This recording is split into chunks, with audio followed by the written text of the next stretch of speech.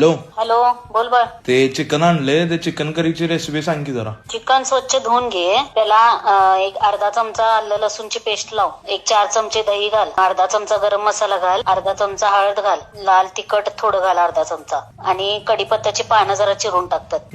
हा, ते सगळं मिक्स करून घे. मग ते फोडणीला काय काय करू? फोडणीसाठी 3 कांदे लांब चिरून घे. ते कांदे छान तेलामध्ये परतून घे.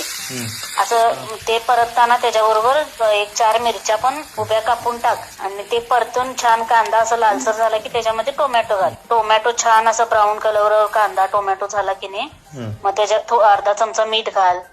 एक थोडस हळद घाल. आलं लसूण पेस्ट जरा घाल. आणि आपलं कोल्हापुरी मसाला चटणी ती थोडी घाल. जे 1-2 चमचे घातलास तरी बास होते त्याला. आणि पूर्ण छान मसाला असा छान भाजून घे, परतून घे. आणि ते परतून झाल्यानंतर हे मॅरिनेट केलेलं चिकन आहे की नाही, ते त्याच्यामध्ये घालून परत चांगलं परतून घेते. आणि मग तुला जेवढं हवं तेवढं एक अर्धा वाटी 1 वाटी पाणी वाढव. आणि एक 20 मिनिटं शिजायला ठेव. 20-25 मिनिटं झालं. हलकं सोपं सांगितलं एकदम तुला. चालतंय, करतो.